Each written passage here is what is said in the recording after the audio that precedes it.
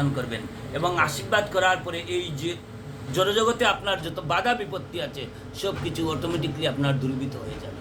অনেক সময় আমরা বলি যে শনির কূপ, যে শনির দশা ধরেছে, গ্রহদোষ, ওর ভিতরে গ্রহদোষ ধরেছে, এগুলা পিতৃপুরুষের কাছ থেকে পেয়ে থাকি আমরা। যদি আপনি আকাশ প্রদীপ দেখাতে পারেন, পিতৃপুরুষের উদ্দেশ্যে যদি তর্পণ করতে পারেন, তাহলে এই দোষগুলো কেটে যায়।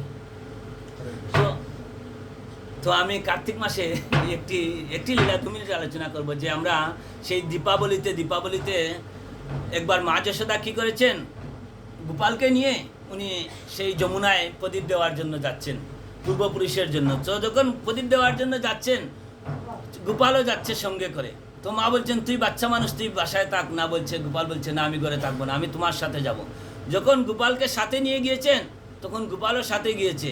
তো মা যশোদা প্রদীপ দেওয়ার পর যমুনা নদীতে প্রদীপ দেওয়ার পর তীরে এসে বসে উনি ধ্যান করছেন, সবাই ধ্যান করছেন। মা যশোদার লগে আরও সখীরা গিয়েছিল, সবাই ধ্যান করছে এবং কৃষ্ণ দেখছে যে কিছু প্রদীপ বেশে তলিয়ে যাচ্ছে, আবার কিছু প্রদীপ সেদিকে পাড়ের দিকে চলে আসছে। কৃষ্ণ নেমে কি করেছে, কিছু প্রদীপকে নিয়ে উনার উত্তরীর মধ্যে বেঁধে নিয়ে চলে এসেছে।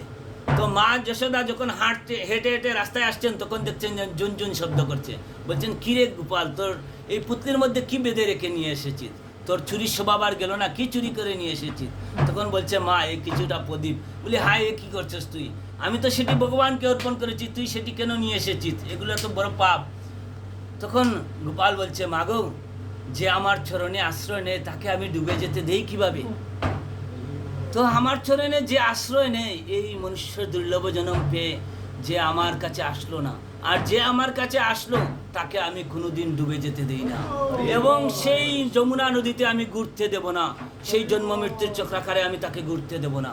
আমি এ জন্মেই আমার কাছে ওকে পুটলির মধ্যে যেমন বেঁধে রেখে এনেছি, ঠিক তদ্রূপ বৈকুণ্ঠ ধামে ওকে আমার একটি রূপে 5 প্রকার মুক্তি, 1 প্রকার মুক্তিতে ওকে দান করে ওকে আমার কাছেই বেঁধে রেখে দেবে।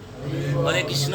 আমার আলোচনায় অনেক ভুল ত্রুটি হতে পারে, আমি সামান্য নগণ্য, আমার ভুল ত্রুটি ক্ষমা করবেন।